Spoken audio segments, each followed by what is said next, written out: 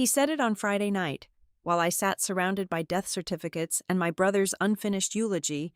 I did not argue or cry. I simply said, "I understand." But at the funeral the next morning, a hand-delivered manila envelope turned his callous words into his impending ruin. When he texted later about dinner, the horrifying truth clicked into place. He was not absent because he was sad. He stayed away because he was terrified. My name is Peyton Hughes.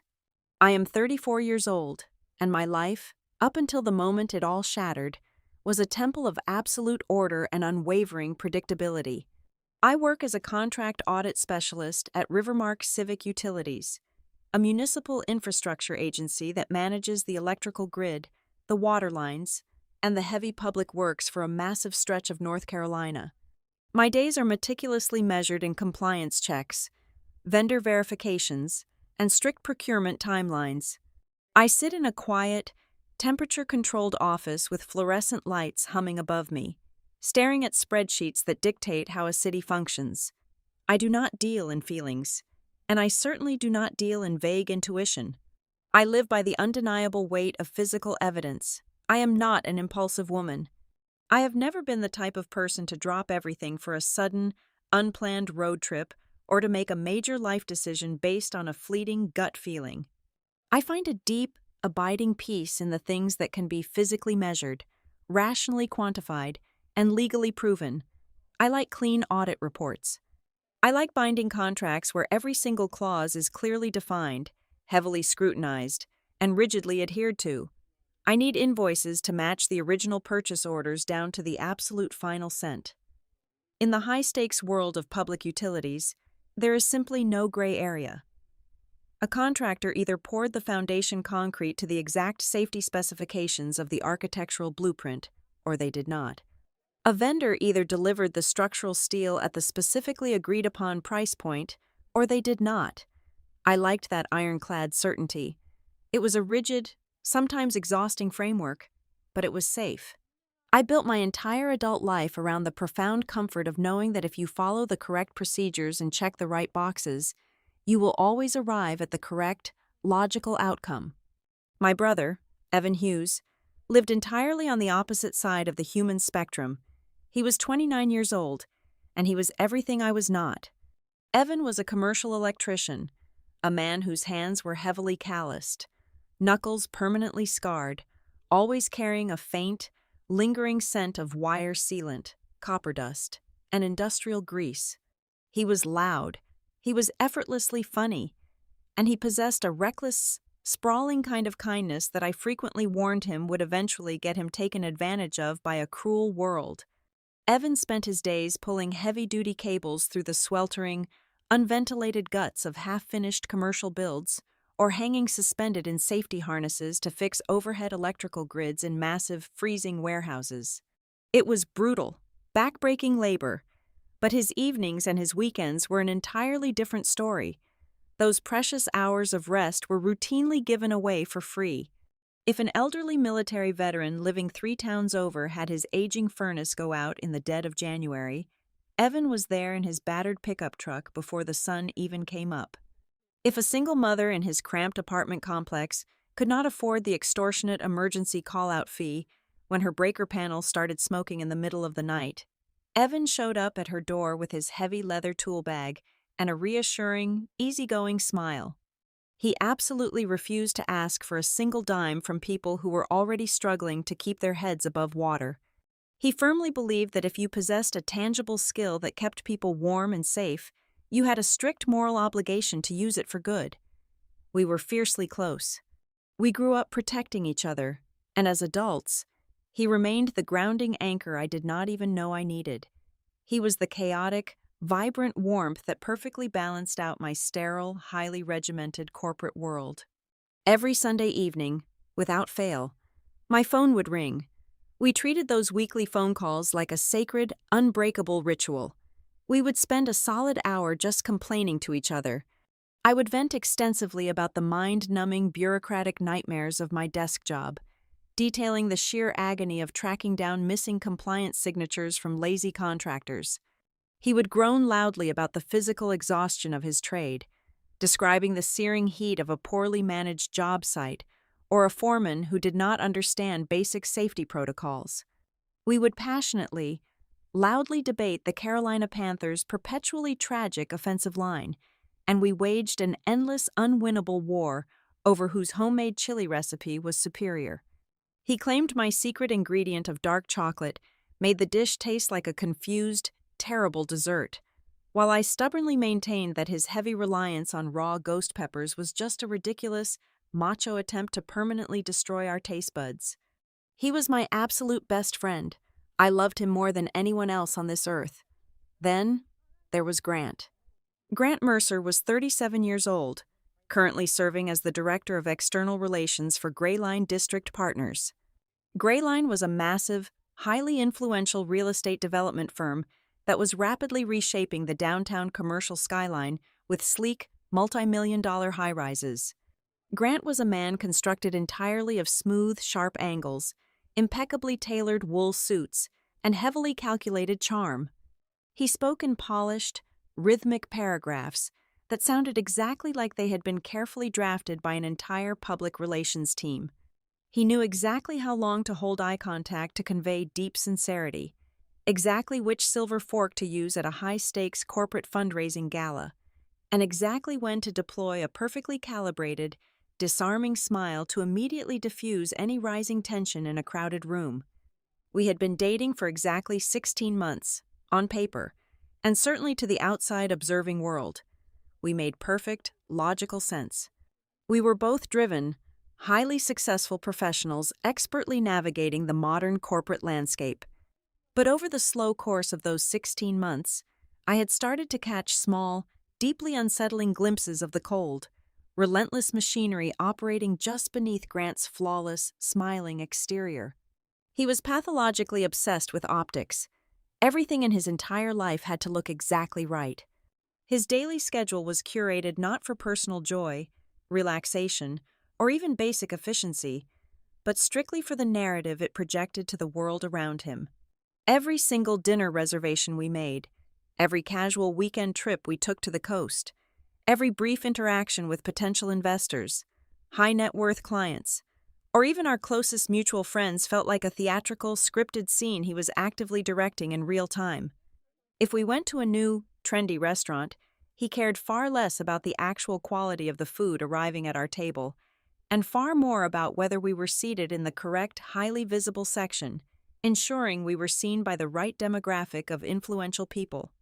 It was an incredibly exhausting, hollow way to live, but I stubbornly reasoned that it was simply a necessary, unavoidable byproduct of surviving his high-pressure, cutthroat career. Evan never explicitly said he hated Grant. My brother was simply too polite, too fundamentally decent for that kind of open, messy hostility, but Evan always maintained a careful, highly deliberate physical and emotional distance whenever Grant was around. If Grant confidently offered Evan a perfectly poured, expensive craft beer during a weekend visit, Evan would politely take the glass, offer a tight, courteous smile, and immediately drift toward the complete opposite side of the room to strike up a conversation with literally anyone else. I remember one specific Tuesday evening vividly. It was a casual, comfortable family dinner at my parents' house in the suburbs. Grant had just politely excused himself early to take what he gravely described as a critical, time-sensitive conference call, leaving a lingering, heavy scent of expensive, imported cologne in the front hallway. Evan was leaning casually against the kitchen counter, quietly wiping down the granite surfaces with a damp cloth. He looked toward the heavy oak front door where Grant had just exited, gave a quiet, knowing chuckle, and turned to look directly at me. He was half joking, trying to keep the mood light, but his dark eyes were entirely serious when he finally spoke. "I do not know about that guy. Peyton. He is the kind of man who stands in a room but still seems like he is writing a speech for himself." I brushed the comment off immediately. I rolled my eyes and confidently told Evan he was just playing the classic, tired cliché role of the overprotective younger brother who firmly believes no man on earth is ever going to be quite good enough for his older sister. I was incredibly, blindingly arrogant about my own personal judgment back then. I was a senior professional auditor, After all, my entire established career, my entire core identity, was built squarely on spotting hidden discrepancies, uncovering buried, ugly flaws, and meticulously reading the invisible fine print that everyone else lazily missed. I genuinely, truly believed I was far too rational, far too observant, to ever be foolishly taken in by a bad, manipulative man. If there was a real, foundational problem with Grant Mercer's core character, I told myself with absolute, unwavering confidence, I would have seen the glaring red flags from a mile away. I would have instantly cataloged them, thoroughly analyzed them, and filed them away accordingly. It is precisely that staggering, blinding arrogance that makes looking back so deeply, physically humiliating. When the catastrophic collapse finally arrived, it was not merely the sad, quiet death of a modern romance. It was a complete, violent, and utter shattering of my own perceived reality. It was the terrifying, suffocating realization that I had fundamentally, completely misread the human being sitting directly across the dinner table from me for well over a year. I had spent my entire professional life demanding hard evidence and verifying cold facts, yet I had completely disastrously failed to see the hollow, calculating void living inside the man I thought I loved.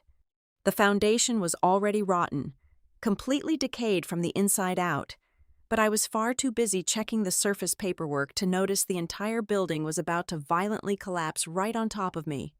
It happened on a Tuesday morning. I was sitting at my desk, running a final compliance check on a massive municipal bid package for a water treatment facility.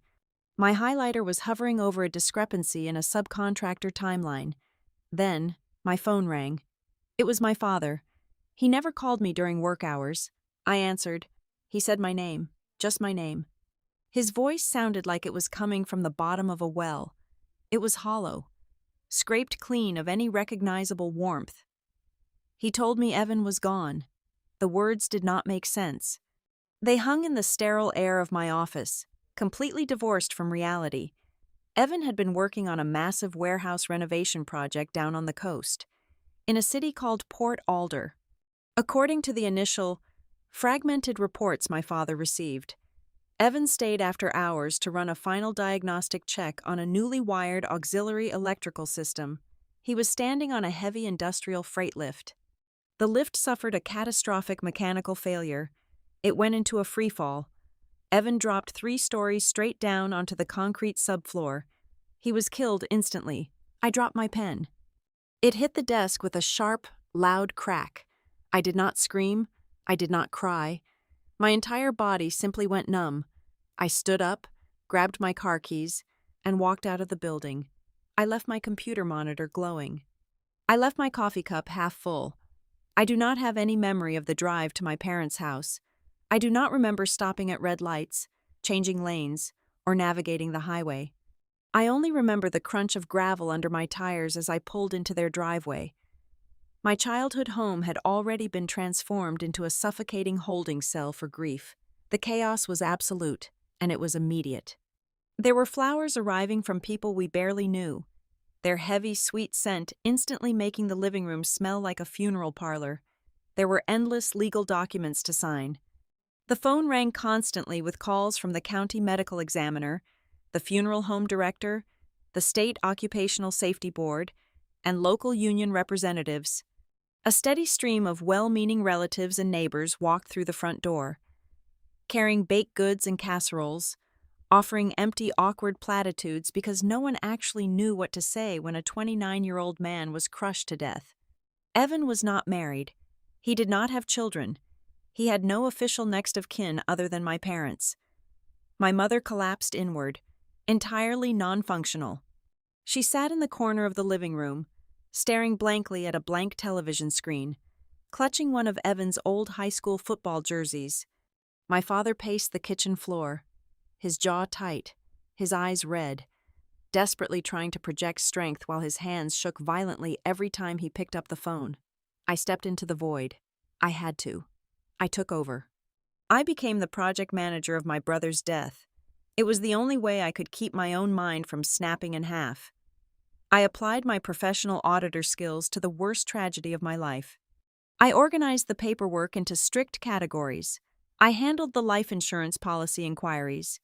I dealt with the aggressive union representatives who were already building a timeline of the accident. I sat down with the funeral director and coldly selected a casket, chose a burial plot, and arranged the floral sprays, negotiating the costs as if I were reviewing a vendor contract at work.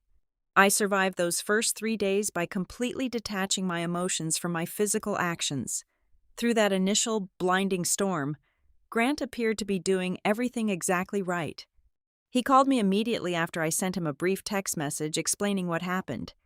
His voice was appropriately low, soothing, and entirely supportive.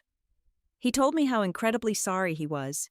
He sent a massive arrangement of white lilies to my parents' house. He texted me late at night, saying, "I am here if you need me, whatever you need." He asked practical questions. He inquired about the specific time of the memorial service. He asked what color suit would be most appropriate for the weather and the tone of the event. I felt a profound, heavy wave of relief wash over me. I thought to myself that at least in this one, specific area of my life, I had not made a terrible mistake. I firmly believed that profound trauma possessed a unique ability to strip away the superficial gloss of any relationship, exposing the true, solid foundation underneath. Grant was stepping up. He was playing the role of the supportive partner perfectly. I leaned on that thought to keep myself standing. We scheduled the funeral for Saturday morning.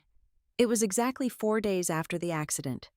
My parents could not bear the thought of dragging the agonizing process out any longer than absolutely necessary. They just wanted Evan to be at peace. They wanted him resting in the ground so they could finally stop talking to strangers about his ruined body. On Friday night, the house finally fell quiet. The neighbors had gone home. The phone stopped ringing. My parents had retreated to their bedroom, exhausted by a grief so heavy it felt radioactive.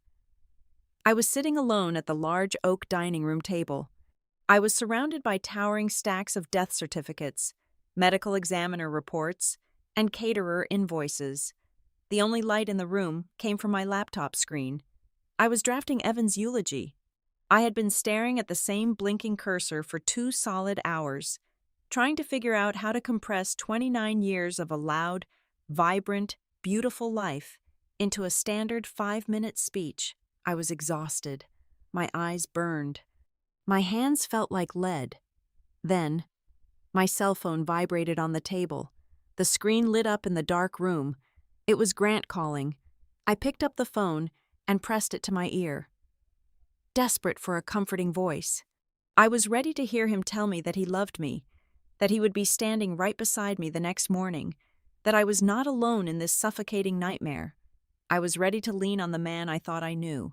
I said hello. And in the span of a single, brief conversation, Grant Mercer systematically destroyed the very last illusion I held about him. I stared at the unfinished paragraph on my laptop screen and waited for him to explain himself. "Hey," Grant said. His voice was smooth, carrying that familiar, polished cadence he used when closing a difficult negotiation or massaging a nervous investor. "How are you holding up tonight?" "I am surviving," I replied, my eyes scanning the incomplete sentences on my laptop screen. "Just finishing the eulogy. It is harder than I thought it would be." Trying to sum him up, there was a slight pause on the line, a brief, highly calculated intake of breath, the kind of breath a person takes right before they pivot the conversation to serve their own needs. "Listen, Peyton," he started, the tone shifting into something carefully measured and profoundly reasonable. "I have been doing a lot of thinking about tomorrow morning, looking at the schedule and considering the emotional bandwidth required, and I have decided it is probably best if I do not attend the service." My fingers stopped hovering over the keyboard. The words on the bright screen blurred together. I did not process the sentence immediately. It felt like he was speaking a foreign language. "What did you say?" "I just do not think it makes sense for me to be there," he continued smoothly, operating entirely on his own logic, as if explaining a minor scheduling conflict regarding a lunch meeting. I mean, if we are being completely honest with each other, I barely knew Evan. We were not exactly close. We did not share a bond. and I really do not want to sit in a room full of depressing energy. It is just a lot to take on. I did not say anything. I simply could not form a single word. My brain was actively rejecting the audio it was receiving. He filled the silence, his confidence growing as he successfully justified his absence out loud. Funerals are just very heavy. Peyton, they are incredibly draining, and frankly, they are bad for mental health. It is a toxic environment to willingly subject yourself to. I want to be a supportive partner. I really do. But I think I can do that much better by being there for you afterwards. When things are less dark. When you have processed all this immediate grief and we can actually communicate, he let out a soft, encouraging sigh, the kind you give to a child who is upset over a broken toy. In fact, why do we not plan for Sunday night? That new Italian place just opened up downtown. We can get a quiet corner table, have a nice bottle of wine, and get you a change of scenery. It will be good for you to step away from all the sadness and just breathe. I did not scream. I did not throw the phone across the dining room. I did not launch into a passionate, tearful defense of basic human decency or beg him to understand what it meant to bury the person you loved most in the entire world. I did not demand that he act like a man. I sat perfectly, entirely still. The house was quiet, save for two distinct, rhythmic sounds. The low mechanical hum of the central air conditioning unit kicking on in the hallway, and the heavy, shuffling footsteps of my father pacing back and forth on the concrete floor out in the garage. My father was walking off a pain he could not articulate, a grief that was currently crushing his chest, while the man I had been sleeping next to for over a year was casually, clinically opting out of it because the vibes were simply too negative. The silence stretched between us through the cellular connection. 5 seconds, 10 seconds, 15 seconds. "Peyton?" Grant asked, a tiny sliver of irritation finally piercing his polished veneer. "Are you there?" "I understand," I said. My voice was entirely flat. It was stripped of all pitch, all emotion, and all affection. Grant immediately dropped his defensive posture. He had gotten the permission he sought. His voice softened into a gentle, almost patronizing coo. "Are you mad at me? Please tell me you are not mad. I just need to protect my own boundaries right now, and I need to know you are okay with that." It was a breathtaking, spectacular display of narcissism. In the middle of my family's absolute destruction, the single most pressing issue for Grant Mercer was his own emotional comfort and ensuring he did not have to feel guilty about his cowardice. He wanted me to absolve him. "No," I replied smoothly, staring blankly at the wall. "I am not mad." "Okay, good. I am so glad we are on the same page about this. I will call you Sunday to set up the reservation. Get some sleep, okay?" "Goodbye, Grant," I said, and I pulled the phone away from my ear and pressed the red button. I set the device face down on the wooden table. I did not cry. My chest did not ache with the familiar, ragged tear of a broken heart. I did not feel the stinging rejection of a failed relationship. What happened inside my body in that exact second felt entirely mechanical. It felt exactly like a heavy, industrial iron lock rotating sharply into a new, permanent position, a thick steel door sliding shut and sealing tight against a concrete frame. The woman who loved Grant Mercer, the woman who made excuses for his vanity and his corporate superficiality, simply ceased to exist in that dining room. The auditor took over. The professional who assessed deficits and calculated liabilities stepped forward. I pulled my hands back to the keyboard, a profound coldness spreading through my veins, and I finished my brother's eulogy with a mind as clear and sharp as a surgeon's scalpel. The morning of the funeral broke with a harsh, glaring sunlight that felt entirely inappropriate for the occasion. We arrived at the memorial chapel 45 minutes early, assuming we would need plenty of quiet time to arrange ourselves before a modest, expected group of family members and a few close friends arrived. We were entirely, completely wrong. When the heavy oak doors opened to the public, a massive, overwhelming tide of humanity poured inside. The entire chapel filled to its maximum capacity within 15 minutes, and people immediately began lining the back walls, standing shoulder to shoulder, spilling out into the foyer. I stood at the front near the casket, shaking hands, and watching the undeniable, physical proof of my brother's life walk down the center aisle. There were dozens of his coworkers, their faces scrubbed clean of construction dust, wearing dark suits that looked slightly uncomfortable and tight across their broad shoulders. The entire local union crew showed up, walking together in a tight, silent block of absolute solidarity, their hard hats left in their trucks. Old neighbors from our childhood street, people my parents had not seen in over 10 years, arrived with red eyes and fierce, tight embraces. A man in a sharply pressed, older military suit approached me. He introduced himself as a retired Marine.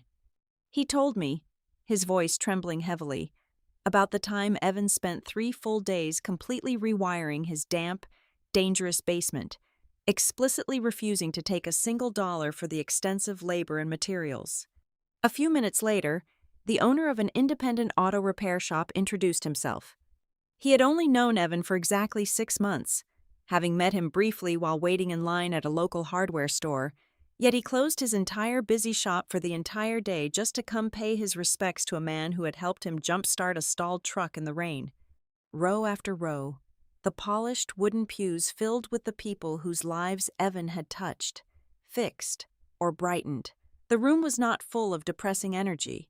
It was overflowing with profound, staggering love. It was a physical manifestation of a life lived entirely for others. I looked at the empty spaces. I watched the heavy doors. I waited for a floral delivery that never came. Grant did not show up. As the service began and the minister took the podium, my phone sat completely silent in my black leather purse. There was no morning text message asking how I was holding up. There was no quick check-in to see if my parents needed anything to drink. There was no elaborate wreath of expensive flowers bearing his name near the altar. There was absolutely nothing. He had completely erased himself from the worst day of my life, effectively washing his hands of my grief because it did not fit into his perfectly curated, stress-free weekend schedule. He thought he was simply dodging an uncomfortable social obligation. He thought he was successfully managing his own convenience and protecting his precious mental health. He had absolutely no idea that by refusing to stand in that room, he had just handed me the exact clarity I needed to see him for what he truly was. The reception following the burial was held in the adjacent fellowship hall, a sprawling room filled with folding tables, lukewarm coffee, and the suffocating weight of collective mourning. I had just stepped away from the main gathering area, desperate for a single moment of unshared oxygen, when a young woman quietly blocked my path to the hallway. I recognized her instantly from the stories my brother used to tell. Her name was Tessa Vale. She was 26 years old, an apprentice electrician who had been shadowing Evan for the past 8 months. She looked entirely out of place in her stiff black dress, her calloused hands shifting nervously by her sides, her posture carrying the distinct rigidity of someone used to wearing a heavy tool belt. She glanced over her shoulder, ensuring we were isolated from the main crowd, before she reached into her oversized leather purse. Her hands were shaking as she pulled out a sealed brown manila envelope. She held it out to me, her eyes red and swollen. "I am so sorry. Peyton," Tessa whispered, her voice cracking under the strain. "I did not want to bother you today, with your parents and everything. But I have to give this to you right now. I cannot hold on to it anymore." I stared at the wrinkled brown paper, my mind too exhausted to process the sudden intrusion. "What is this, Tessa?" "It is from Evan," she replied, her voice dropping to an urgent, breathless pitch. "He gave it to me exactly 2 weeks ago. He made me put it in my locker at the site. He was acting really strange, really wound up. He looked me right in the eye and gave me a specific instruction." She swallowed hard, pushing the envelope into my hands. "He said, 'If anything happens to me, give this to Peyton, and do not give it to anyone else.'" The heavy paper felt like it was burning against my palms. I wanted to tear it open right there in the hallway, to consume whatever final words my brother had left behind, but a loud crash from the main room shattered the moment. My mother had collapsed against a folding table, knocking over a tray of water glasses, her legs finally giving out under the sheer, crushing gravity of the day. My father was scrambling to catch her, his face a mask of absolute terror, while dozens of well-meaning guests swarmed them with suffocating kindness. I had no choice. I folded the envelope in half, shoved it deep to the bottom of my purse, and ran back into the crowd to hold my family together. It was not until 10 o'clock that night that I finally returned to my own apartment. The space was completely dark, silent, and bitterly empty. I dropped my keys on the counter, kicked off my rigid black heels, and pulled the brown envelope from my bag. My hands were remarkably steady as I carried it to the kitchen island and turned on the overhead pendant light. I broke the seal and tipped the envelope upside down. 3 items slid out onto the cool quartz countertop. There was a standard silver USB drive. There was a folded photocopy of a heavily redacted site safety incident report, and there was a torn piece of lined notebook paper, covered in Evan's familiar, messy handwriting. I picked up the paper first. It was not a long letter. It was not an emotional goodbye or a heartfelt final wish. It was a single, terrifying directive. I read the words, and the air physically left my lungs.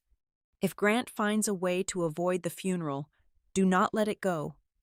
A violent shudder ripped down my spine. The room suddenly felt freezing. My brother, dead from a mechanical failure, had perfectly predicted the precise, cowardly behavior of my boyfriend. This was not a coincidence. This was not a lucky guess about Grant's aversion to negative energy. Evan knew something, my grief, which had been a heavy, paralyzing blanket all day, instantly evaporated. It was replaced by something else entirely. The sharp, hyper-focused instinct of a professional auditor took control of my brain. I grabbed my laptop from my work bag, flipped it open on the kitchen island, and jammed the silver USB drive into the port. A folder popped up on the screen. It was simply titled with the name of the coastal city, Port Alder. I clicked it open. The first subfolder contained dozens of high-resolution photographs. They were pictures of the warehouse renovation site. I clicked through them rapidly. They were tight, detailed shots of the auxiliary electrical systems and the massive freight lift's housing unit. Even to an untrained eye, the heavy steel cables looked frayed, and the load-bearing brackets showed deep, rusted stress fractures. The second subfolder contained a sequence of forwarded internal corporate emails. They were communications between the primary construction contractor and Gray Line District partners, Grant's firm.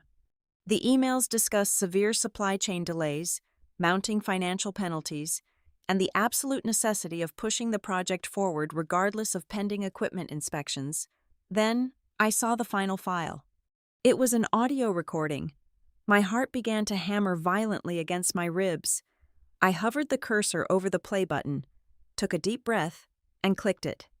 The audio was slightly muffled at first, filled with the heavy, echoing background noise of a busy construction site, beeping machinery, shouting voices, and the hum of generators filled the speakers. Then, Evan's voice cut through the noise, sharp and agitated. "I am telling you, the load capacity on that lift is compromised," Evan said, his tone thick with frustration. "I cannot sign off on the auxiliary wiring if the main carriage is vibrating like that under a half load. It is a death trap.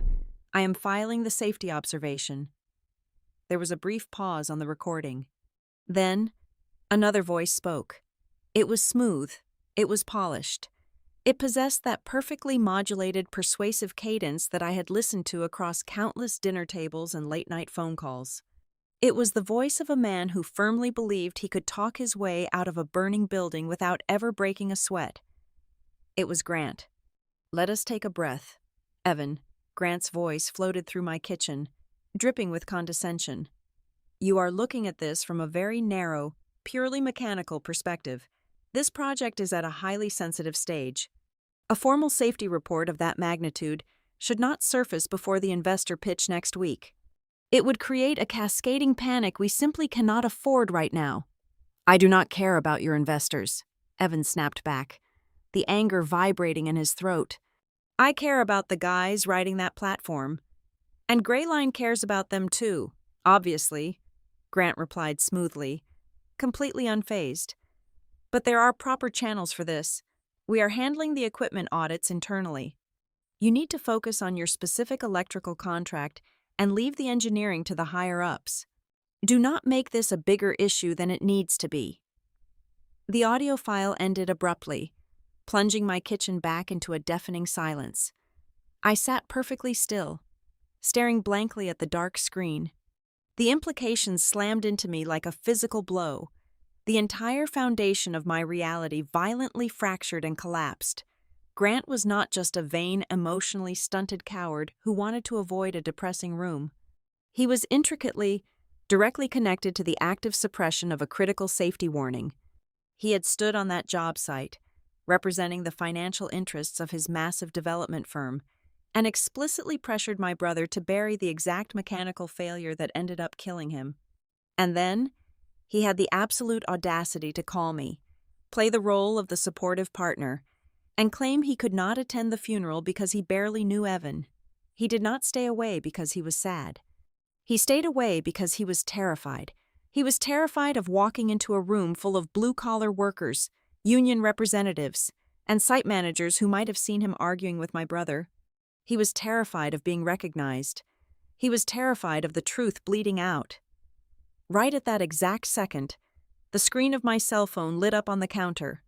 The bright, cheerful notification illuminated the dark kitchen. It was a text message from Grant. "So tomorrow at 7 at the new Italian place, still good? Cannot wait to see you and get your mind off things." I stared at the glowing white text bubble for a very long time. I looked at his name at the top of the screen. I thought about his perfect suits, his calculated smiles, and his pathetic, manufactured excuses. I thought about my brother falling 3 stories in the dark. I stayed perfectly still. Then I turned the phone face down on the cold quartz countertop without typing a single word in reply. Sunday evening arrived and departed without a single word from me. I did not show up at the new Italian restaurant. I did not send a text message to cancel the reservation. I left my phone sitting exactly where I had placed it on the cold quartz countertop, completely ignoring the 2 missed calls that came through right around 7 o'clock. By Monday morning, Grant shifted from mild confusion to recognizable annoyance. He sent a clipped message asking if I was deliberately ignoring him. By Tuesday afternoon, that annoyance had fully calcified into self-righteous irritation. He was no longer playing the role of the gently concerned partner. He was rapidly transitioning into the aggrieved victim, a man who felt he was being unjustly punished simply for trying to respect my emotional boundaries. The climax of his frustration arrived in the form of a voicemail left on my phone late Tuesday night. I sat at my kitchen island, the glowing screen of my laptop illuminating the dark room, and pressed play. "Peyton, this silent treatment is entirely uncalled for," his voice echoed from the small speaker, crisp and loaded with practiced corporate disappointment. "I am trying to give you the space you clearly need, but freezing me out is not fair to our relationship. You are processing your grief in a highly toxic manner right now. I understand you are hurting, but punishing the people who are trying to support you from a healthy distance is not the answer. Call me when you are ready to act like an adult and communicate." I listened to the entire message twice. I did not feel a sudden urge to cry. I did not feel the crushing weight of a broken heart. What I felt was a profound, icy wave of sheer disgust. The voicemail was a masterpiece of manipulative deflection. He was actively trying to pathologize my perfectly normal reaction to the sudden death of my brother, framing my silence as a character flaw so he would not have to examine his own cowardice. But more importantly, listening to his arrogant, polished voice cleared away the very last traces of brain fog I had been carrying since the accident. It made me incredibly razor-sharp awake. I deleted his voicemail and turned my full, undivided attention back to the files Evan had left behind.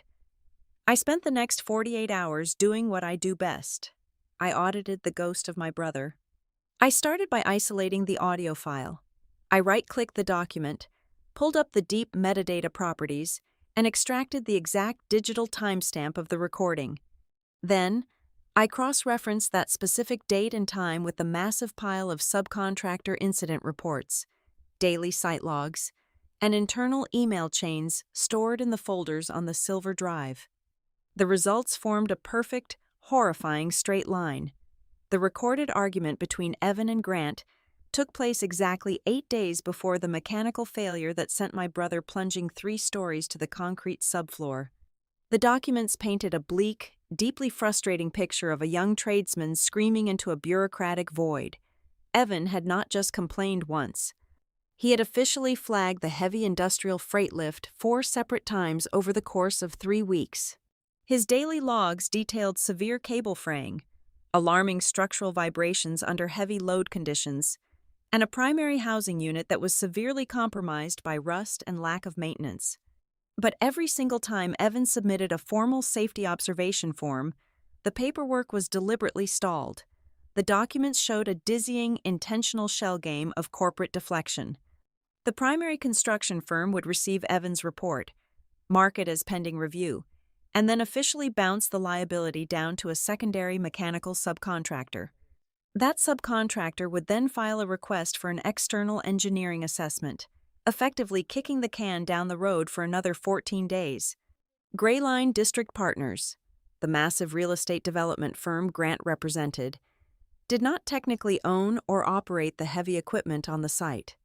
On paper, they were completely insulated from the day-to-day physical hazards of the construction zone. However, the internal email chains Evan had managed to secure told a vastly different story about who was truly pulling the strings. Grayline was bleeding money on the Port Alder renovation. The project was already 2 months behind its original schedule due to early supply chain failures. More importantly, the emails revealed that Grayline was exactly 2 weeks away from hosting a massive, highly publicized site tour for a consortium of international investors. They were actively preparing to secure a second round of capital funding worth upwards of $50 million. A formal, state-mandated safety shutdown of the primary freight lift would have instantly halted all vertical construction on the site for a minimum of 10 days. It would have triggered an automatic, highly invasive inspection by the State Occupational Safety Board. The investor tour would have been disastrously canceled. The $50 million in capital funding would have vanished into thin air. Grant Mercer was the director of external relations.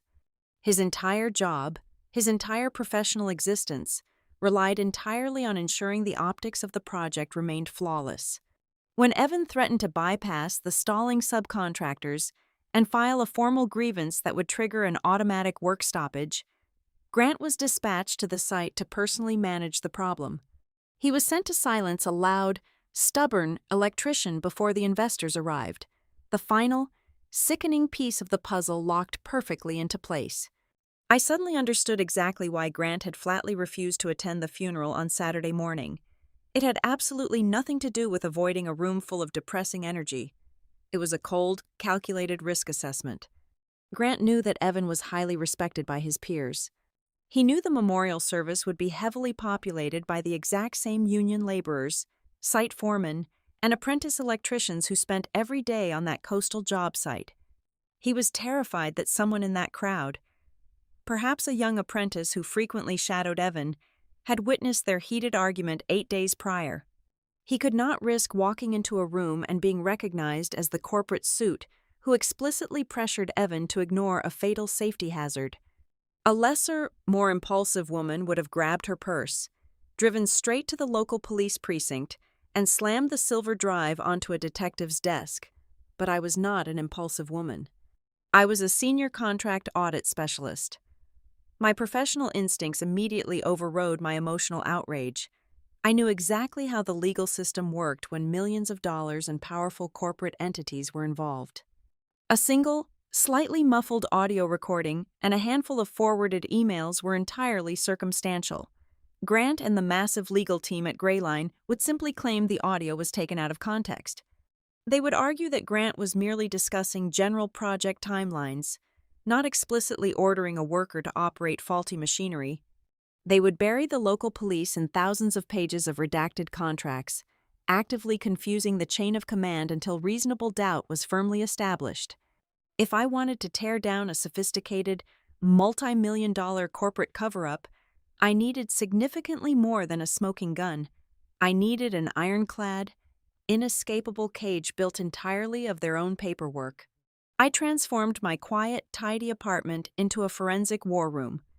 I drove to a massive office supply store and purchased heavy-duty binders, hundreds of clear plastic sleeves, color-coded index tabs, and a large laser printer. I systematically printed every single document from the drive. I created a massive linear timeline spreadsheet that tracked the exact movement of every safety report Evan submitted. I logged the name of every single manager who signed off on a delay. I color-coded the dates of Grayline's internal investor meetings and placed them directly next to the dates Evan's complaints were buried. I annotated the source code of every digital file, preserving the chain of custody with the exact same rigid discipline I used when auditing municipal water contracts. I was no longer a grieving sister crying over a tragic workplace accident. I was building a comprehensive, undeniable prosecution dossier. For the first time since my father called me on that terrible Tuesday morning, the crushing, suffocating weight on my chest began to lift. The agonizing, chaotic pain of losing my absolute best friend was still there. But it was no longer a useless, sprawling mess of despair. It had permanently hardened. It had crystallized into a weapon. My grief finally had a distinct direction. It had a highly specific, measurable objective, and most importantly, it had a name. Grant Mercer thought he could bury his liability under a pile of corporate bureaucracy and walk away from my family without a scratch. He was about to learn that he had chosen the wrong woman to lie to. Getting hold of Tessa required careful maneuvering. I waited until Tuesday evening, ensuring she was entirely off the clock and safely away from the prying eyes of site foremen. We agreed to meet at a decaying diner on the very edge of the county line, a place featuring flickering neon signs and cracked vinyl booths where no one from Grayline would ever accidentally walk in. Tessa arrived looking like she had aged 10 years in a single week. She ordered black coffee and gripped the thick ceramic mug so tightly her knuckles turned entirely white. Evan was losing his mind those last 14 days, she confessed, her voice barely rising above the low hum of the diner refrigerator. He was not sleeping. He was constantly checking his own safety harness, double-looping his clips, constantly looking over his shoulder. He pulled me aside one afternoon and told me that if the truth about the lift load capacity actually blew up, some suits are going to panic a lot harder than the subcontractors. I leaned across the sticky laminate table. Who was he talking about? Tessa? I need a name. She chewed on her bottom lip, terrified of the answer, before finally speaking, Leon Voss. He was not a lowly subcontractor. Leon was a senior project manager directly on Grayline's payroll. According to Tessa, on the Monday evening right before the fatal shift, Evan and Leon had a vicious screaming match on the second floor of the unfinished warehouse. Leon had aggressively poked his index finger hard into Evan's chest, threatening to have him permanently blacklisted from every union job in the state for insubordination. I drove back to my apartment with my jaw clamped shut, my mind racing through the legal implications. I needed to see the official paper trail immediately. Utilizing a back-channel connection I had cultivated over 5 years at the Civic Utilities office, I quietly requested a digital copy of the union's preliminary accident investigation report. When the document finally arrived in my encrypted inbox, reading it made my blood run entirely cold. The language had been meticulously, surgically altered by someone who understood exactly how liability worked. My brother's 4 explicit aggressive safety filings had been actively downgraded in the official narrative summary. They were no longer categorized as formal, urgent safety complaints that required immediate remediation. Instead, they were smoothly, legally relabeled as informal site observations. Someone had taken a massive, fatal legal liability and turned it into a casual, undocumented suggestion. I immediately opened a secure browser window and bypassed the basic municipal firewall to access the public zoning and planning database. I pulled up the entire historical file for the Port Alder renovation project. The metadata and the addendums told a story of absolute financial desperation.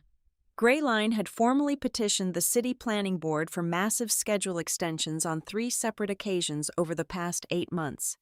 Each time, they cited unavoidable, unforeseen global supply chain delays regarding raw materials. But as an auditor, I knew exactly how to read between the bureaucratic lines. The translation was crystal clear. Gray Line was violently bleeding capital. They were severely over-leveraged on their construction loans. If the site was forcibly shut down for a major structural investigation by the state, the daily default penalties written into their municipal contract would instantly bankrupt the specific subsidiary managing the development. They were cornered animals.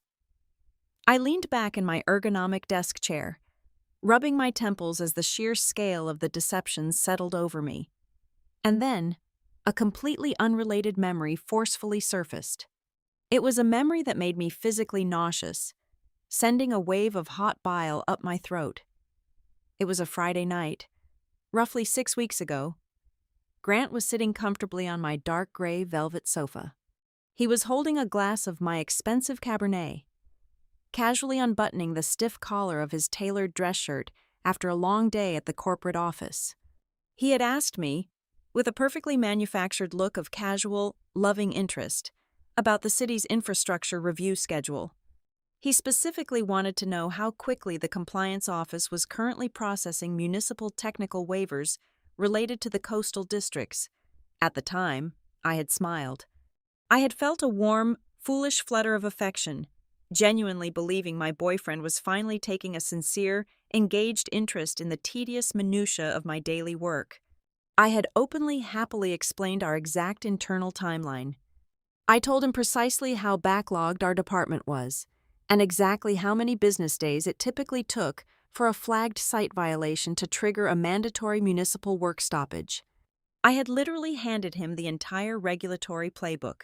The betrayal suddenly shifted dimensions. It mutated into something profoundly monstrous. It was no longer simply about a vain, cowardly man skipping a funeral because he lacked basic emotional depth. It was a calculated, predatory extraction of critical intelligence. He had sat in my living room, drank my wine, kissed my forehead, and listened intently to my stories about work strictly to calculate the exact window of time Gray Line had to clean up their forged paperwork before my own regulatory colleagues caught them. He had weaponized my blind trust, turning my own professional expertise into a defensive shield for his corporate corruption. He was managing me the exact same way he managed his high-yield investors. The stakes instantly became absolute. I understood with terrifying, diamond-cut clarity that a half-measure or an emotional outburst would completely destroy me. If I brought this to him privately, if I confronted him with my theories, my printed emails, and my color-coded spreadsheets, Grant would instantly deny every single syllable. He would look at me with deep manufactured pity. He would deploy his expensive crisis management lawyers to legally bury the evidence, discredit my mental state as grief-induced hysteria, and quietly erase Leon Voss from the corporate directory overnight. He would slip away, his hands perfectly clean, his suit perfectly pressed.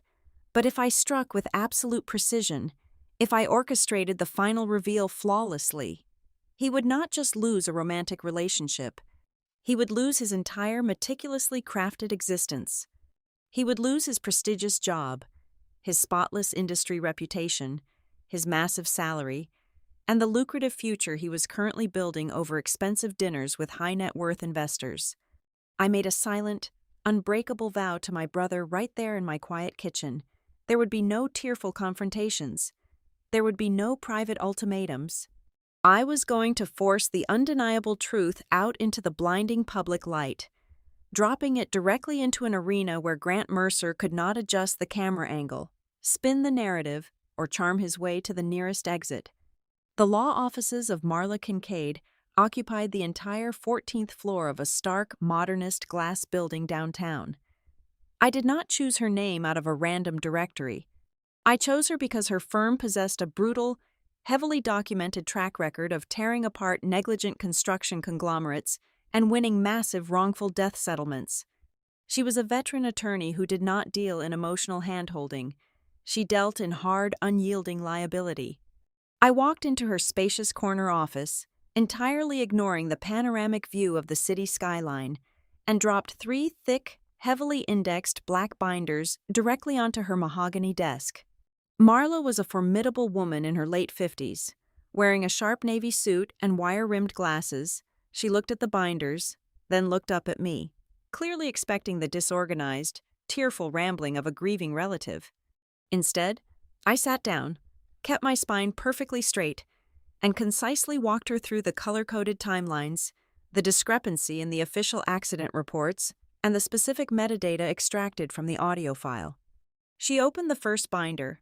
She traced her index finger down the printed spreadsheet where I had perfectly aligned Grayline's investor meetings with the dates of my brother's buried safety complaints. Marla leaned back in her heavy leather chair, a slow, predatory smile spreading across her face. I have private investigators on my payroll who charge $300 an hour, and they do not build evidentiary chains this clean, she said softly. You have essentially gift-wrapped a corporate conspiracy. I do not want them to just pay a fine, I stated, my voice completely devoid of any tremor. I want the people who hid the structural flaws to lose everything they have built. And I want the man who orchestrated the cover-up to be exposed in a way he can never legally undo. Marla closed the binder with a loud, satisfying snap. Then we do not make a single sound right now. We do not go to the local press. We do not give them the luxury of a warning. If Grayline realizes we have this specific internal audio, their IT department will suddenly experience a tragic, catastrophic server failure by midnight. We freeze the battlefield first. She immediately began drafting a massive, aggressive litigation hold. It was a formal legal directive demanding the absolute preservation of all corporate digital communications, text messages, private server logs, contractor emails, and internal security camera footage. It was designed to trap them. If they deleted a single comma after receiving that notice, we could instantly hit them with severe spoliation of evidence charges, effectively guaranteeing a jury would assume the destroyed documents proved their absolute guilt. Simultaneously, I returned to my municipal office and formally submitted a heavily detailed public records request. I demanded the unredacted copies of all safety compliance logs associated with the port renovation. I did this not because I needed the documents, but because I needed a documented legal avenue to introduce my evidence. I was meticulously building a legitimate paper trail so that every single file I pulled from my brother's silver drive would hold up under the brutal scrutiny of a civil courtroom. I was retaliating not with screaming matches, but with bureaucratic fire, while I was quietly arming a legal explosive under his entire career. Grant continued to aggressively play the role of the wounded, misunderstood partner. He realized I was not going to break my silence, so he initiated a covert smear campaign to control the social narrative. He began contacting our mutual friends, adopting a tone of deep, manufactured concern. My phone vibrated on a Thursday afternoon. A mutual friend forwarded me a screenshot from a private group chat. I opened the image and read Grant's words. I am honestly at a total loss, he had typed. Peyton is completely spiraling out of control from grief. She is refusing to have a civilized conversation with me. I am being aggressively punished just for missing a morning event to protect my own mental health. I want to be there for her, but I cannot deal with this toxic behavior. A morning event. He could not even type the word funeral. He reduced the burial of my brother to a minor scheduling inconvenience. The mutual friend who sent the screenshot added a hesitant message, asking if I was okay and suggesting I should perhaps talk to Grant to smooth things over. A week ago, I would have felt the burning, desperate need to defend myself. I would have typed out a massive, furious paragraph explaining exactly what kind of monster they were actually comforting. Instead, I took a screenshot of the image, saved it as a high-resolution file, and forwarded it directly to Marla. I did not reply to the friend. I did not post a single cryptic quote on social media. I let Grant talk. Every single lie he spun to our friends was a permanent, written record. By complaining about the funeral, Grant was inadvertently, legally establishing his exact motive and timeline. He was cementing his own absence as the absolute center of our conflict, blissfully unaware that I was about to use that exact absence to hang him. The killing blow, however, arrived 2 days later. Marla had sent the silver drive to an independent forensic data extraction firm to ensure the files were handled strictly by the book. They ran a deep-level recovery program to pull up the ghost data hidden in the background sectors of the drive. Marla called me on a secure line and simply told me to check my encrypted inbox. I opened the new file. It was a recovered fragment of an email that Grant had hastily typed on his phone and then permanently deleted. He had sent it directly to Leon Voss, the senior project manager. On the exact Friday night, he called me to cancel his attendance. I stared at the glowing white text on my monitor. Keep away from the Hughes service on Saturday. The place will be full of trade people. My lungs seized. The air rushed out of the room. I read the 2 sentences 3 times to ensure my eyes were not betraying me. It was not an explicit confession of murder, but in the context of a civil liability lawsuit, it was absolute, undeniable gold. It completely obliterated his entire public defense. It proved, in his own written words, that avoiding the funeral had absolutely nothing to do with sadness, depression, or psychological boundaries. He stayed away because he was terrified of being placed at the scene of the crime. He knew exactly what he was hiding, and he knew the workers from the port would recognize his face. I printed the email on a thick sheet of white paper. I put it into a manila folder, grabbed my car keys, and drove straight to my parents' house in the suburbs. The house still smelled faintly of decaying lilies and heavy grief. I found my parents sitting quietly in the living room. My father was staring blankly at a muted television. My mother was clutching a tissue, her eyes red and endlessly weeping, lost in a perpetual state of mourning. I asked them to sit with me at the heavy oak dining table, the exact same table where Grant had left me alone to write the eulogy. I opened the manila folder. I did not sugarcoat a single detail. I walked them through the failed equipment logs, the delayed inspections, and the immense financial pressure Grayline was under to keep the site operational. I played the audio recording of Grant's voice echoing over the construction noise.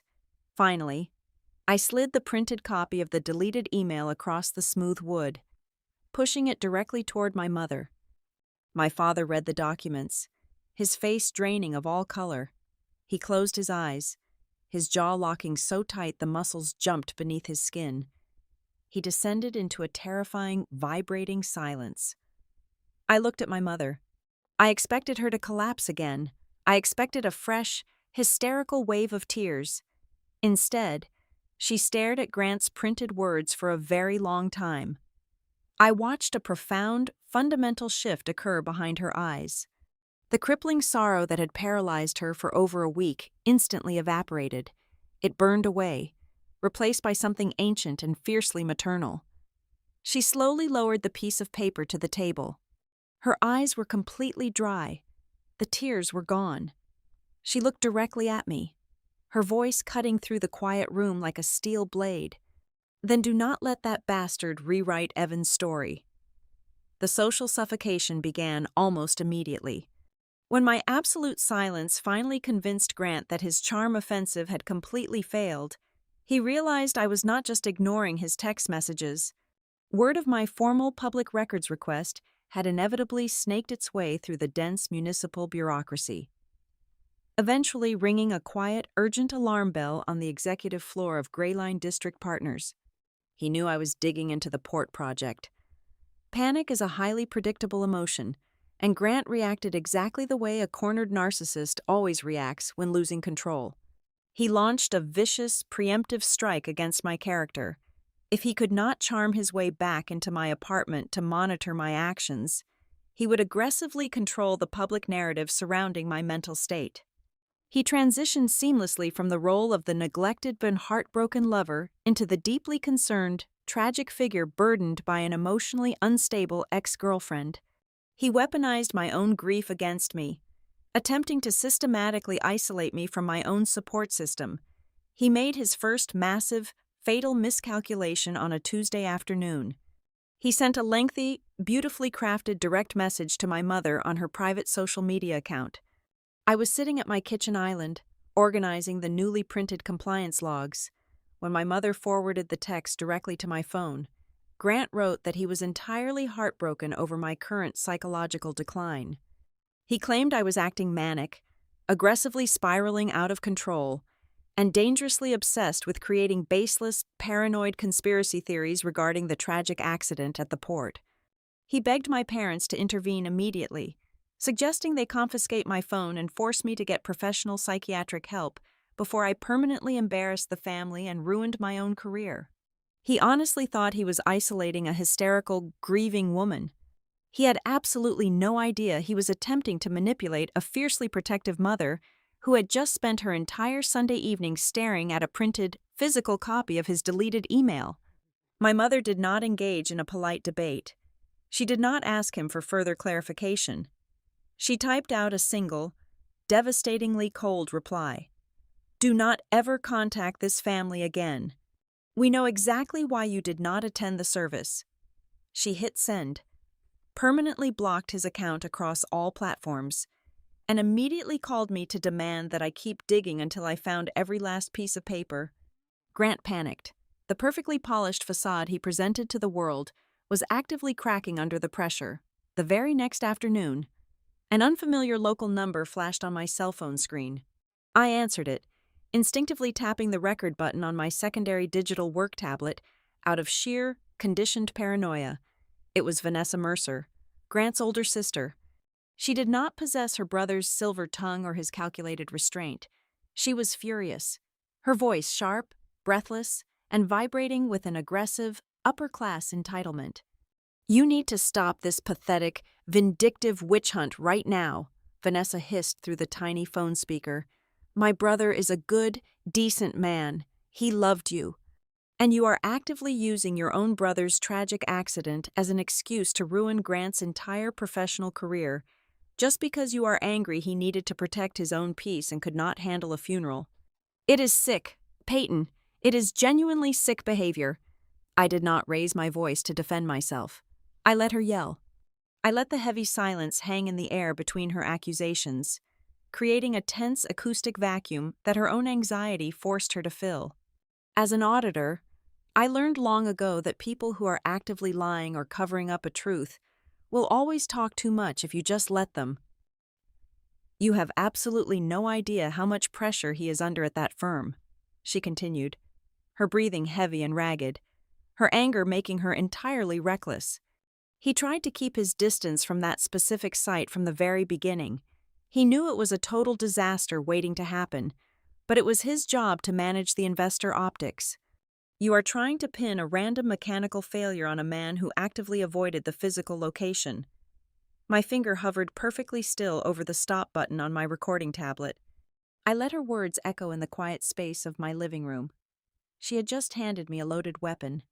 In her blind, furious attempt to defend her brother's honor, Vanessa had accidentally, explicitly confirmed that Grant possessed prior knowledge of the hazardous conditions at the port. He knew it was a disaster waiting to happen, and he had clearly discussed that specific danger with his family long before the lift ever failed and took Evan's life. I ended the phone call without saying a single word in response. I instantly uploaded the audio file to Marla Kincaid's secure encrypted server. Within 15 minutes, my lawyer called me back. Her voice was practically purring with predatory satisfaction. She immediately added Vanessa Mercer's name to the primary list of hostile witnesses scheduled for the upcoming civil depositions. The pressure was intensifying, closing in from multiple sides. My apartment felt like a pressurized submarine, filled to the ceiling with printed emails, yellow legal pads, and the constant, suffocating anxiety of waiting for the next corporate attack. But the momentum was finally, undeniably shifting. The tight, impenetrable wall Grayline had built around the accident was beginning to fracture violently under the weight of its own internal lies. On Thursday morning, the massive breakthrough we desperately needed arrived directly on Marla's desk. The quiet whispers of Evan's family aggressively gathering evidence had inevitably circulated through the tight-knit local construction community. A man named Isaac Rowe proactively contacted my lawyer's office, requesting an immediate, strictly confidential meeting away from the city center. Isaac was the former lead safety compliance manager for the entire Port Alder renovation project. He was a 50-year-old industry veteran with a thick gray beard, exhausted shoulders, and tired, haunted eyes. He sat in Marla's glass-walled conference room, refusing to touch the expensive bottled water placed in front of him. He looked directly at me, his expression heavy with a profound, crushing guilt that mirrored my own grief. "I heard what your brother tried to do out there," Isaac said quietly, his voice thick with emotion. "And I heard what those corporate suits are currently trying to do to you." He reached into his battered leather briefcase and pulled out a thick stack of stapled, slightly crumpled documents. It was not a forwarded email chain or a piece of second-hand rumor. It was the official, highly classified, unredacted minutes from a closed-door executive strategy meeting at Grayline District Partners. Isaac calmly explained that he had aggressively opposed the dangerously accelerated construction schedule from the very start. He had physically stood in the corporate boardroom and explicitly told the executives that the heavy industrial freight lift was operating completely outside of its safe mechanical parameters. The documents he slid across the polished mahogany table proved, in stark black and white ink, that Grayline's senior leadership knew the lift explicitly required a mandatory operational shutdown exactly 11 days before my brother was killed. "They completely ignored me," Isaac said, his voice dropping to a harsh, raspy whisper. "They told the primary contractor to just reevaluate the risk themselves and keep pushing the daily timeline to satisfy the investors. When I threatened to blow the whistle to the state board, they forced my early resignation. They paid me a massive severance package, attached a ruthless non-disclosure agreement, and threw me out the door. But I kept a hard copy of the minutes. I hid them. I could not sleep after I saw the evening news about Evan. I picked up the meeting minutes. The paper felt heavier than solid lead in my hands. I traced my index finger over the printed dates, aligning them perfectly with the massive timeline spreadsheet I had built in my kitchen. The circle was entirely complete. I looked out the massive windows of the law firm, watching the busy city streets far below. Grant Mercer was no longer fighting a lonely, grieving woman he could easily gaslight and emotionally discard. The invisible trap had sprung. He was completely surrounded. He was firmly caught in a tightening net woven from his own deleted emails. His sister's arrogant recorded phone call, a brave whistleblowing safety manager, and an impenetrable wall of hard physical evidence. His slick, polished words and expensive suits were entirely useless against the crushing gravity of a documented paper trail. For the first time in weeks, the air in my lungs finally felt clear. The machinery of the city operates on strict, predictable schedules. Grayline District Partners was running entirely out of time, and their desperation forced them out of the shadows and into the glaring fluorescent light of the municipal bureaucracy. On a brisk Monday morning, the City Port Development Board officially announced a mandatory public hearing. Grayline had formally requested a massive, highly controversial schedule extension for Phase 2 of the coastal warehouse renovation project. They needed the City Council to legally excuse their delays and authorize the release of the next massive tier of public funding. The timing was nothing short of miraculous. Marla Kincaid had just finished perfectly collating the final evidentiary exhibits for our civil lawsuit regarding wrongful death and deliberate safety obstruction. When she saw the public notice for the Development Board hearing, she immediately halted the standard electronic filing process. She called me into her office and laid out a remarkably vicious, flawless strategy. If we quietly filed the lawsuit through the standard municipal clerk on a random weekday, Grayline would immediately deploy their army of corporate defense attorneys. They would file immediate injunctions, slap emergency gag orders on every single document, and bury the truth under a mountain of sealed procedural motions. Grant would simply retreat behind his heavily fortified legal department and continue making quiet, persuasive phone calls to sympathetic city planners. But a public city council hearing was an entirely different battleground. It was an open, legally mandated forum. It was a live microphone with public stenographers, independent oversight committees, and local press sitting in the front row. Marla recognized that if we struck at that exact moment, Grant would have absolutely nowhere to hide. He could not control the lighting, he could not edit the transcript, and he could not rely on his corporate handlers to shield him from the blast radius.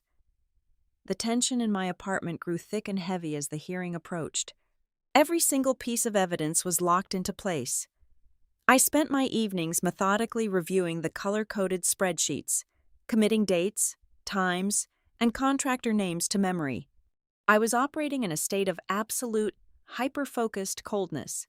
Then, exactly 48 hours before the scheduled hearing, a new variable slid perfectly into the equation. I was sitting at my kitchen island late on a Thursday evening, reviewing a witness list, when I heard a soft, distinct rustle at my front door. It was the unmistakable sound of heavy paper brushing against the hardwood floor. I walked to the entryway and found a blank, unmarked manila envelope resting just beneath the doorframe. I picked it up, ensured the hallway outside was completely empty, and brought it over to the bright pendant lights of the kitchen. I did not rush. I carefully sliced the top edge open and pulled out a single sheet of heavy stock printer paper. It was a printed screenshot of an internal corporate calendar. Specifically, it was a detailed, hour-by-hour view of Grant Mercer's professional schedule for the exact Saturday morning of my brother's funeral. The digital calendar blocks were entirely empty. He had cleared his schedule. But someone had taken a thick blue ink pen and scrawled a series of hurried, highly specific notes across the white space of that Saturday morning. I read the 4 handwritten sentences, and the temperature in the room seemed to plummet. Avoid service, union faces, apprentice girl, mother may ask questions. There was no signature at the bottom of the page. There was no return address, but I did not need a confession to verify its authenticity. I immediately pulled the binder containing the whistleblowing documents provided by Isaac Rowe. I cross-referenced the alphanumeric routing code printed in the microscopic margin at the very bottom of the calendar page. The server identification numbers matched Grayline's internal network architecture perfectly. The specific font and the layout of the digital interface were identical. Someone inside the glass tower was quietly bleeding information. Someone deeply embedded in Grayline's corporate structure had realized the ship was rapidly taking on water, and they were actively, anonymously throwing Grant overboard to save their own skin. I stared at the heavy blue ink. I looked at the words union faces and apprentice girl, confirming his absolute terror of being placed at the scene by Tessa Vale or the other workers. But it was the final sentence that made my hands curl into tight, aching fists. Mother may ask questions. I stood perfectly still, breathing in slow, measured counts to keep my heart rate from exploding. I did not throw a glass against the wall. I did not scream into the empty apartment. I simply absorbed the profound, staggering sociopathy of those 5 words. Grant did not just fear the blue-collar workers who might recognize him. He had actively, clinically categorized my mother's shattered, weeping soul as a public relations liability. He viewed a grieving parent desperate for answers about her dead son as a highly dangerous interrogation risk that needed to be strategically dodged. I took a clear plastic sleeve from my desk, gently slid the anonymous printout inside, and snapped it into the primary evidence binder. Every single piece of the puzzle was now sitting on the table, heavily armed and ready to detonate. The absolute confirmation of his panic arrived the very next night. Just hours before we were scheduled to walk into the municipal building, it was past 10 o'clock in the evening. My cell phone vibrated on the nightstand. The screen displayed an unknown caller identification number. I knew exactly who it was. I swiped the screen to answer and held the phone to my ear, remaining completely silent. If you go through with whatever insane stunt you are planning tomorrow, you are going to regret it for the rest of your life, Grant said. His voice was entirely unrecognizable. The smooth, polished cadence he used for investor pitches and dinner dates was completely gone. His tone was jagged, raw, and vibrating with an ugly, cornered malice. He was no longer playing the role of the decent, misunderstood man. The mask had fully slipped, revealing the terrified corporate animal underneath. "I know you have been talking to the union," Grant hissed, the panic bleeding through the cellular connection. "I know you are trying to build some ridiculous negligence narrative, but if you blow this up in front of the city board, Peyton, I swear to God, Grayline's legal department will rip your brother's employment record to shreds. They will pull every minor infraction he ever had.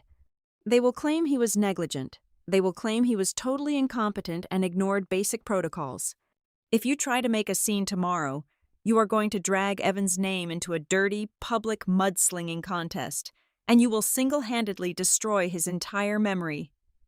He was threatening me with the ghost of the man he helped kill. He was utilizing the exact same psychological leverage he used to silence subcontractors, betting entirely on my emotional fragility. He firmly believed I would back down to protect my family from a brutal corporate smear campaign. I did not raise my voice.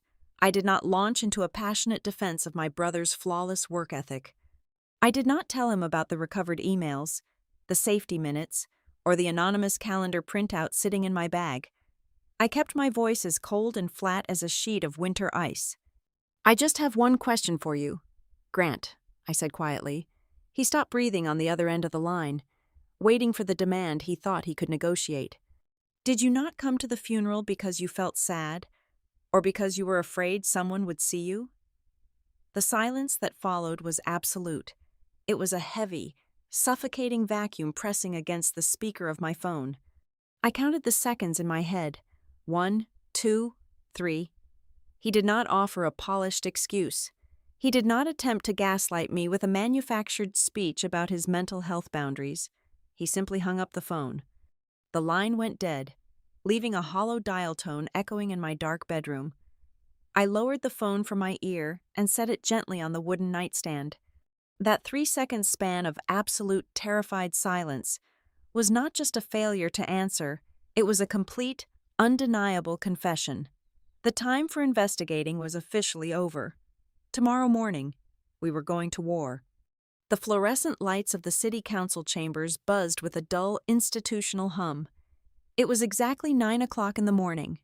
The room was packed with city planners, local journalists, union representatives, and corporate executives. Grant walked through the heavy oak double doors wearing an absolutely flawless charcoal gray suit. His posture was perfect. His expression was carefully sculpted into a mask of solemn, professional resilience. He was prepared to stand at the mahogany podium and smoothly dismiss my brother's violent death as a tragic, unavoidable anomaly. He was there to secure the schedule extension and keep the money flowing. He took his seat at the petitioner's table, arranging his presentation folders with practiced elegance. He did not look at the back row where my parents and I sat in complete stone-cold silence. He never even made it to the microphone. Before the presiding council member could formally invite Grayline District partners to present their case, Marla Kincaid stood up from the front row. She did not ask for permission to speak.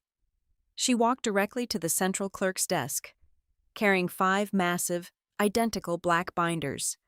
"Mr. Chairman," Marla announced, her voice ringing out like a gunshot in the cavernous room. "On behalf of the Hughes family, we are formally submitting an emergency evidentiary injunction to this council, the attending union delegates, the primary project insurers, and the state occupational safety investigators seated in the gallery." The chairman frowned, adjusting his glasses. "Counselor, this is a scheduling hearing. If you have a civil grievance, there are proper channels. This board is currently being asked to authorize municipal funds based on fraudulent safety compliance," Marla countered sharply, handing the first binder directly to the lead insurance underwriter sitting nearby. "The documents contained in these files demonstrate a coordinated, fatal cover-up orchestrated by the executives requesting this extension." Grant's perfect posture instantly shattered. His head snapped toward Marla, all the blood violently draining from his face. Marla did not hesitate. She addressed the entire chamber, listing the contents of the binder with brutal surgical precision. She publicly entered the recovered deleted email into the public record. She cited the unredacted internal meeting minutes. She submitted the audio file of Grant explicitly pressuring an electrician to ignore a failing structural load. She filed the transcript of his sister's panicked phone call. And finally, she submitted the printed calendar page, detailing exactly why the Director of External Relations was too terrified to attend a grieving family's memorial service. The air in the room completely evaporated. The silence was deafening, broken only by the sound of heavy cardstock pages turning as the board members frantically opened their copies of the dossier. Grant scrambled to his feet, his hands gripping the edge of his table so hard his knuckles turned white. "This is an outrageous ambush," he stammered, his polished baritone voice cracking into a high, panicked pitch. "These are fabricated allegations brought by a grieving, unstable individual. This has absolutely no bearing on the zoning request." "It has every bearing," a deep, rough voice boomed from the center aisle. Isaac Rowe stood up. The former safety compliance manager looked directly at the city council panel, completely ignoring Grayline's frantic legal team. "My name is Isaac Rowe. I was the lead safety director for this project. I explicitly warned the executive board about the failing freight lift exactly 11 days before it collapsed. They buried my report and forced my resignation to protect their capital funding." Before the room could even absorb the shockwave of Isaac's testimony, another figure stood up in the back row. Tessa Vale, wearing her heavy canvas work jacket, pointed a shaking but determined finger directly at Grant. "That is the man," Tessa declared, her voice echoing off the high ceiling. "He came to the site the week before the accident. I saw him with my own eyes.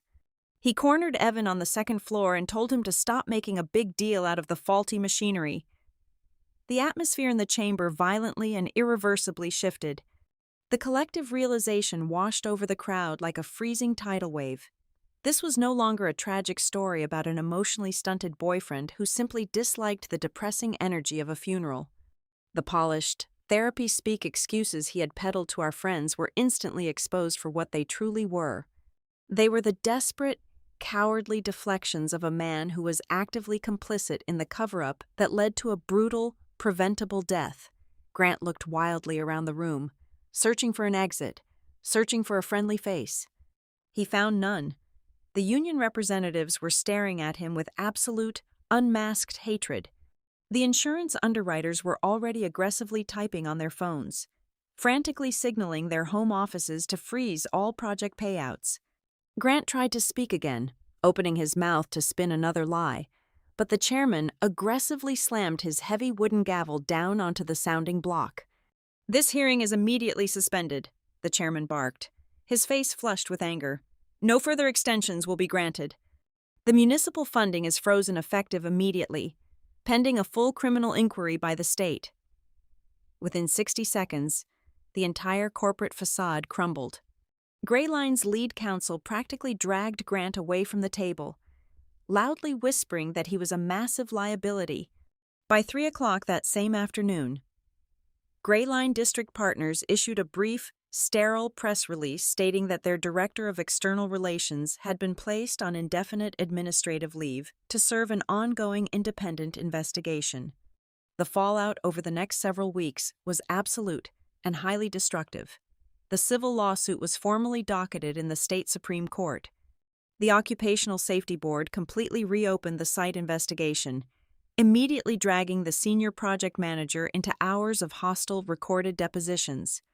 The pristine, untouchable reputation Grant had spent his entire adult life building through polite networking, expensive dinners, and slick, empty words was entirely dismantled by a relentless chain of official municipal paperwork.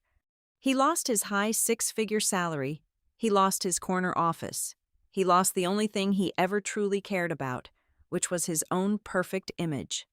The final, emotional conclusion to the nightmare did not happen in a sterile courtroom or a crowded city hall. It happened exactly 40 days after Evan passed away. My family hosted a small, quiet memorial gathering in my parents' backyard. The massive crowds from the funeral were gone. It was just the people who truly loved him. We stood around the old brick fire pit, drinking cheap domestic beer, completely ignoring the brisk autumn wind. I stood up and pulled a small, worn piece of lined notebook paper from my coat pocket. I looked at my parents, who were holding hands, their faces still etched with sorrow but no longer paralyzed by unanswered questions. I looked at Tessa, who offered a small, brave nod. I cleared my throat and read the final sentence my brother ever wrote to me. "If anything happens to me, do not let them turn it into a normal accident." I carefully folded the piece of paper and put it back into my pocket. I did not deliver a dramatic, triumphant speech about victory. I did not talk about moving on, healing, or getting back into the dating scene. The victory was cold, heavy, and fundamentally exhausting. It did not magically bring Evan back to our Sunday evening phone calls, but as I stood there in the fading evening light, I felt a profound, deeply settled quiet inside my chest. I had buried my brother once in the dark, heavy earth, but in the very end, using the exact rules and the exact rigid order of the world I lived in, I had entirely refused to let them bury the truth right alongside him. Thank you so much for listening to this story today, and I would love to know where you are listening from. So please drop a comment below so we can connect and share our thoughts. And do not forget to subscribe to Boss Revenge Stories, like this video, and support us even more by hitting that hype button so this story can be heard by as many people as possible.